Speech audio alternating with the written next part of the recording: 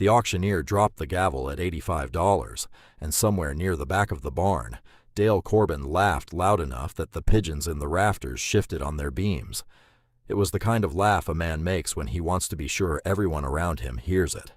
A laugh with elbows in it. A laugh that expected an audience, and got one. Because on the 12th of April, 1979, at the Halverson Farm auction outside Beaver Crossing, Nebraska, there wasn't much else to do on a cold Saturday but stand in the mud, drink weak coffee from paper cups, and watch a stranger buy something foolish. The something foolish was a desk drawer. Not a desk. Just the drawer.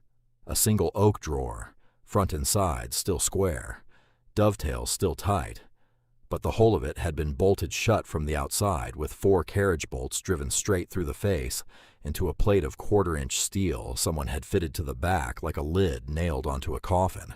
The wood around the bolt heads was blackened where a torch had once been laid to it, and given up.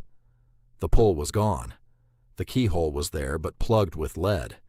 It weighed more than a drawer had any right to weigh, and it rattled when you tipped it, but softly, like whatever was inside had been packed with cloth by someone who knew that the trip ahead of it was going to be long. The man who bought it was Henry Vail. He was 68 years old that spring, lean the way a fence post is lean, stooped a little at the shoulders from 41 years of leaning over other men's locks, and his face carried the sort of lines that come from squinting into keyways under a bare bulb. He wore a gray work cap gone soft at the brim, a chambray shirt buttoned to the throat, and a canvas jacket the color of a wet field. His hands were the map of his life. 2 fingers on the left had been shortened by a lathe when he was 19. A pale scar ran across the back of the right, where a spring had snapped free of a mortise lock in 1953. The knuckles were swollen the way a locksmith's knuckles swell after a lifetime of tiny turns done 1,000 times a day. Dale Corbin was 49, and everything Henry was not. He was heavy through the chest and shoulders, clean-shaven, ruddy in the cheeks, the way a man gets ruddy when he keeps a bottle in a desk drawer of his own. He wore a red and white checked sport coat over a company polo that read, Corbin Ford, Lincoln, and a gold chain lay across his collarbone thick enough to tow a boat with. His truck out in the lot was a new Ford, waxed, chromed, and parked deliberately across 2 spaces so no one would miss it. He had come out to the country auction because he liked to buy cheap oak furniture, strip it, and resell it to city people who thought old wood made them honest. He had wanted that drawer, or he thought he had, right up until the price crept past 40. Then he decided the drawer was junk, and the man bidding against him was a fool, and he stopped bidding and started narrating instead. When Henry took it at 85, Dale slapped his thigh and hollered, loud enough that the auctioneer glanced sideways, that the old man had just paid $85 for a box he couldn't open, and if he ever did open it, he'd find nothing inside but mouse bones and a dead man's disappointment. He called it, right there in the barn, the coffin drawer. The nickname stuck to it the way a burr sticks to wool. Henry did not answer. He paid at the clerk's table in cash, folded his receipt into the inside pocket of his jacket, and asked 2 young men to help him lift the drawer into the bed of his 1962 Chevrolet pickup, which was the same truck he had driven when he'd first hung out his shingle in the town of Milford, 22 miles east. What the crowd could not see, and what Dale certainly could not see, was that Henry had spent nearly an hour before the auction turning that drawer in his hands. He had looked at the bolts. He had looked at the plate. He had looked at the plugged keyhole. And he had seen, faint under the char, 3 tiny letters stamped into the steel where the plate met the wood. C period, W period, H period, Charles Wendell Halverson. The name of the man whose farm this had been. The name of a man the county had decided, 31 years earlier, was a thief. Henry knew that name the way anyone from Seward County knew that name. He had been 37 years old the year Charles Halverson was found in his barn, with a shotgun and a bank ledger, and a rope that had done its work. He remembered the newspaper. He remembered the funeral no one attended. He remembered the widow, Marta, who had walked into the grocery store the following Monday with her chin up and her eyes forward. and the way the checkout girl had put her change on the counter instead of into her hand. Henry had learned his trade under a man named Oscar Belling, who had run a locksmith shop in Seward from 1919 until the day he died in his own workshop chair in 1961, with a file still in his fingers. Oscar had been born in Bremen and had come across in 1911 with a case of tools and no English, and he had taught Henry that a lock is a promise a man makes to the future, and that when you break a lock, you had better be sure the promise it was keeping was one worth breaking. He had also taught him that steel remembers, that every weld, every rivet, every peen and stamp holds the hand of the man who made it, and if you learn to read that hand, you can hear a dead man speak. Henry had listened. That is the whole of it. He had listened for 41 years, and on that April afternoon, he had listened to a bolted drawer and heard Charles Halverson calling from underneath a plate of steel. He drove home slow. The drawer sat in the bed of the truck behind him, and he could feel its weight in the way the springs answered the road. Dale Corbin passed him on the highway just outside Utica, laid on the horn and shouted something out the window Henry did not bother to hear. Then the new Ford was gone, and there was only the drawer, and the long straight two-lane and the flat brown of a Nebraska April, and Henry thought about Oscar Belling, and about the way Oscar used to say, in his slow, careful English, that there is a kind of patience that looks like weakness right up until the moment it doesn't. By the time he got the drawer into his shop behind the house on Elm Street, the sun was setting through the cottonwoods, and his apprentice was waiting for him. The apprentice was a boy named Peter Rausch, 17, quiet, the youngest son of a dairy family east of town who had come to Henry the previous fall because he did not want to milk cows for the rest of his life, and because he had a way with small mechanisms that his father did not know what to do with. Peter helped Henry lift the drawer onto the workbench without a word, and then he stood with his hands in his pockets and looked at it, and after a while he said quietly that whoever put those bolts in did not want anyone getting them out. Henry nodded and said that was the point. Peter asked if he was going to drill them. Henry said no. He said drilling was what a man did when he had run out of listening. Word got to Milford before Henry did. That is how small towns are. By Sunday morning at the Sinclair station, 3 men had already told the story of the fool from Milford who had paid $85 for a drawer he could not open, and by Monday at noon, the story had crossed the counter at Ruthie's Cafe twice, and by Tuesday evening a man Henry had known since grade school, Elmer Trask, came by the shop with a thermos of coffee and the transparent excuse of needing a spare key cut for his mother's Buick. Elmer watched Henry work the key cutter, and then he cleared his throat. And then he said, in the careful voice a man uses when he is about to insult a friend, that he had heard about the coffin drawer. Henry did not look up. Elmer said folks were saying 85 was a lot of money for firewood. Henry set the key down and blew the shavings off it, and handed it across the counter and said, evenly, "It'll open." Elmer waited for more. There was no more. The drawer sat on the workbench for 11 days before Henry touched it. That was on purpose. Oscar had taught him that a stubborn lock is like a stubborn horse, and that if you crowd it, it will hurt you, and that the first thing to do is stand near it long enough that it forgets you are there. So Henry did his other work. He rekeyed the front door of the Presbyterian church. He fixed a jammed pin tumbler on Widow Aiken's back door for the 3rd time in 2 years, and did not charge her for it. He replaced the strike plate on the Milford post office. He drove out to a farm near Staplehurst and got a combination dial turning on a 50-year-old Mosler safe that had been given up on by 2 other men, and he came home tired and satisfied, and he ate a supper of bread and ham, and sat on his back porch and looked out at his shop, where the drawer was waiting for him under a clean cotton sheet, and he did not go to it. On the 12th night, he went in. He set the drawer on its side under the bench lamp, and he took a stiff bristle brush and cleaned the char off the bolt heads until the metal showed dull gray underneath, and he saw what he had suspected at the auction, which was that the bolts were not carriage bolts at all. They had been cast to look like carriage bolts. The square shoulder under each head was a decoration, filed to fool a torch. Underneath, the shank was threaded left-handed. A man trying to loosen them the ordinary way, counterclockwise, would only be tightening them. That was why the torch had failed.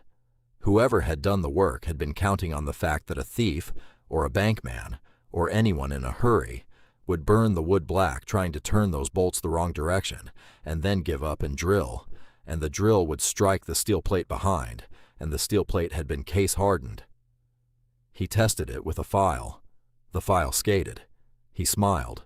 Then, for the first time since the auction, it was not a large smile. It was the smile a man makes when he recognizes another man's handwriting. Charles Halverson had built farm machinery in his off-season. Everyone in Seward County had known that. He had welded his own drag harrows, cast his own hitch pins, and once, in 1946, he had built a hay elevator out of a Ford tractor axle and 2 lengths of well pipe that had run without complaint for 20 years after his death. He had known metal. He had known how a hurried man thinks. And he had built this drawer, Henry understood now, not to keep the world out forever, but to keep the world out until the world slowed down enough to deserve what was inside. Henry took 4 nights on those bolts. He did not use the drill. He used a hand tap in reverse, and thin oil, and a heat lamp set 8 inches away and left on for 6 hours at a stretch to expand the steel plate a hair beyond the wood. And he turned the bolts the way Charles had cut them, clockwise, a quarter of a turn at a session, letting the threads walk themselves out of memory. Peter stood at his elbow through most of it and did not say anything at all. On the 4th night, the last bolt lifted free of the plate with a small dry sound, like a seed pod cracking open, and the steel lid, which had been sealed to the drawer's back with a bead of lead solder, sagged half an inch under its own weight. Henry did not lift it. Not yet. He set his hands flat on the bench and stood there for a full minute with his eyes closed. And Peter watched him, and did not ask why, because he had already been with Henry long enough to know that some doors, once you have opened them, you cannot close again. And it was only right to stand still at the threshold and say a kind of thank you first. Then Henry took a putty knife, and he worked the lead solder along the seam, and the lid came up, and a sound came out of the drawer like a held breath, finally letting go. Inside, laid on a bed of gray cotton batting so old it had gone the color of ash, were 3 things. The first was a leather wallet, the size of a small book, its stitching still tight. When Henry opened it, he found $2,200 bills, folded once and dry as old leaves, and beneath the bills a folded document on heavy paper. The paper was a bank receipt from the First National Bank of Seward, dated the 3rd of March, 1948, made out to Charles Wendell Halverson in the amount of $5,800, being the deposit of funds withdrawn on that same date by one Raymond Corbin, cashier, on the order of the depositor, stamped, signed, countersigned, notarized. And clipped to the receipt was a second document, a carbon copy of a note in Raymond Corbin's own hand, dated 3 days later, acknowledging that the $5,800 had been received back into the bank vault by way of a private loan repayment from Halverson to Corbin, and that the loan was hereby considered closed, except that no such loan had ever been closed on the bank's books. On the bank's books, on the morning of the 8th of March, 1948, $5,800 had been reported missing from the vault, and Charles Halverson, the last customer to have withdrawn a similar sum, had been named.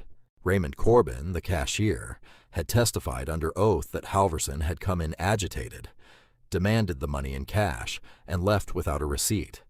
There had been no receipt in the bank's records. There was one now on Henry Vale's workbench. The second thing in the drawer was a small canvas sack. Inside the sack were 11 gold double eagles, $20 coins, dated between 1899 and 1907, wrapped individually in tissue. Marta Halverson's inheritance from her father, most likely, kept out of the bank because Charles had known, by then, exactly what kind of man was standing behind the teller's window in Seward. The third thing was a letter. It was written on lined tablet paper in a steady, blocky pencil, and it was addressed at the top, in careful capitals, "To whoever opens this." Henry read it under the bench lamp with Peter standing beside him, and his voice, when he read it aloud, did not shake, though it went slower and slower as it went. "To whoever opens this. My name is Charles Wendell Halverson. I farm the south quarter of Section 11, Beaver Crossing Township, and I am writing this on the night of the 11th of March, 1948. Tomorrow morning the sheriff will come to my door with a warrant. He is a decent man, and he is doing his job. The man who is not doing his job is Raymond Corbin, at the First National Bank of Seward, who 3 days ago took $5,800 of my money in repayment of a loan he made to me privately in the fall, and then reported the same money stolen from his vault, and named me the thief. I have the receipt. I have his own note. I put them in this drawer with what is left of my wife's coins, and a little cash to see her through, and I have sealed the drawer against fire and against Raymond Corbin, who I expect will come looking, because he is not clever enough to leave a job half done. I am 61 years old. I have farmed this ground since I was 19. I know what will happen tomorrow, and I know what will happen the day after that, and I know my wife Marta will be alone. I ask whoever finds this to give it to her, or if she is gone, to her daughter Ilsa, who lives in Grand Island. Tell them I did not take that money. Tell them I paid what I owed. Tell them the drawer kept its promise. Charles Halverson.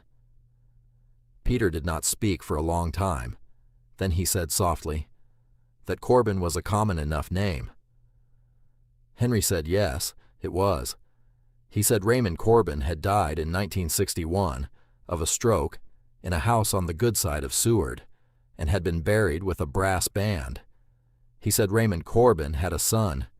He said the son ran a car lot in Lincoln. He said the son had been at the auction. The drawer sat on the bench that night with its lid open, and the money and the coins and the letter lay in it, and Henry Vale sat in his shop chair across from it and did not sleep. He could have kept it. That was the truth he faced across those hours, honestly. The way an honest man faces the worst version of himself once and then puts it down. 2,200 in cash. 11 gold double eagles. Nobody living knew the drawer was open. Nobody living knew what it had held. Marta Halverson had died in 1967 in a rented room in Lincoln, and Henry did not, at that moment, know whether Ilsa was living or dead. He could have burned the letter and buried the coins, and bought himself a new roof and a new truck, and never told a soul, and no one on this earth would ever have known. He did not do that. He never seriously considered doing that. Considering was not the point. The point was that he sat with it, so that later, when he did the right thing, he would know he had chosen it and not merely fallen into it.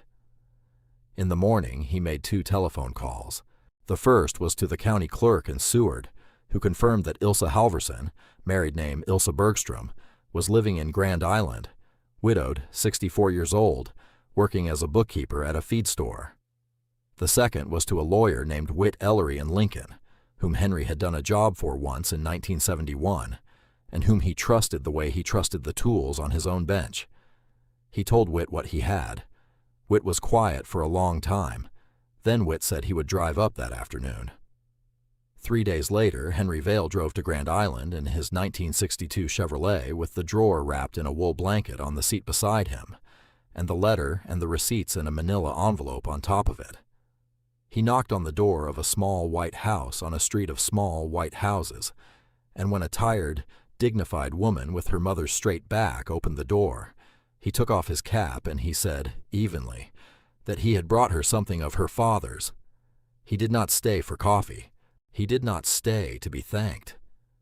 He set the drawer on her kitchen table, and he told her, in as few words as he could manage, what was in it, and he told her Whit Ellery would be in touch about the bank, and then he went back to his truck and drove the 90 miles home in the dark. The rest of it moved the way truth moves once you finally let it out of the box. Ellery filed a petition in district court.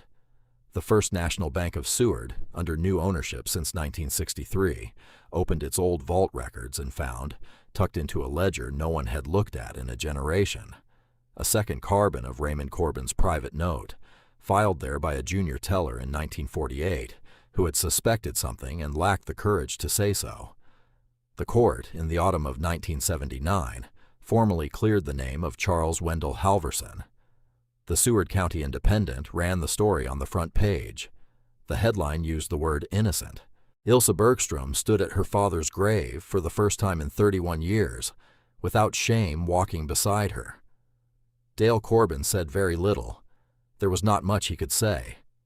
His father's name was in the paper next to the word embezzlement, and his car lot in Lincoln, which had been doing thin business anyway, thinned further, and in the spring of 1982, he sold the lot and moved to Fort Myers, Florida, where, the last anyone in Seward County heard, he sold timeshares.